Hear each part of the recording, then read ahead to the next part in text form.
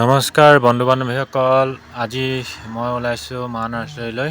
মোৰ এই স্ক্ৰীণত দেখি আছে মেহগনি গছৰ পুলি, আৰু মেহগনি গছৰ পুলি আনিবৰ কাৰণে আমি পৰিয়ালৰ সৈতে একেলগে, মোৰ ছোৱালী আৰু মোৰ পৰিবাৰৰ সৈতে একেলগে গৈছিলোঁ। আৰু এতিয়া মেহগনি গছৰ পুলিবোৰ কেনেকুৱানো আপোনালোকক এই ভিডিঅ'টো দেখুৱাম, আৰু আমি কি কিনিলোঁ এই ভিডিঅ'টোত আপোনালোকে দেখিব। আৰু মা নাৰ্চাৰীখনত বিভিন্ন ধৰণৰ ফুল ফল আৰু বিভিন্ন ধৰণৰ ফুল ফলৰ গছৰ বাবে নিৰ্ভৰযোগ্য প্ৰতিষ্ঠান। গতিকে আপোনালোকে পথালিপাৰাত থকা মা নাৰ্চাৰীলৈ আহিব পাৰে। তাত বিভিন্ন ধৰণৰ ফুল আৰু ফলৰ গছ পাব।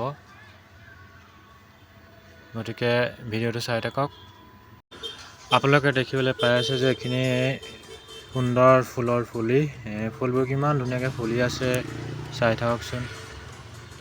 মোৰ পিছফালে দেখি থকাখিনি ফুলৰ পুলি, ফুলৰ নাম নাজানো, কিন্তু ফুলখিনি দেখি বহুত ভাল লাগিছে। আৰু এইফালে এইখিনি চাওক, ইমান সুন্দৰ ফুলবোৰ ফুলি আছে।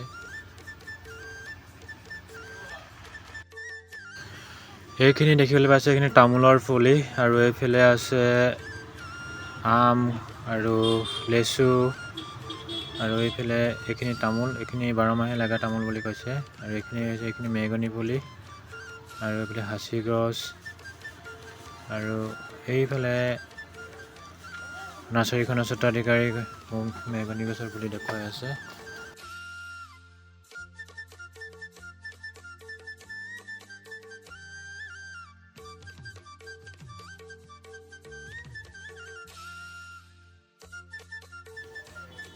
মই এইফালে বাছি উলিয়াইছোঁ যিখিনি মেহগনি পুলি, সেইখিনি সুন্দৰ পুলি কেইটামান বাছি লৈছোঁ। বেছি পুলি লোৱা নাই, মাত্ৰ 10টামান পুলি লৈছোঁ। আৰু পুলিখিনি বৰ সুন্দৰে আছে।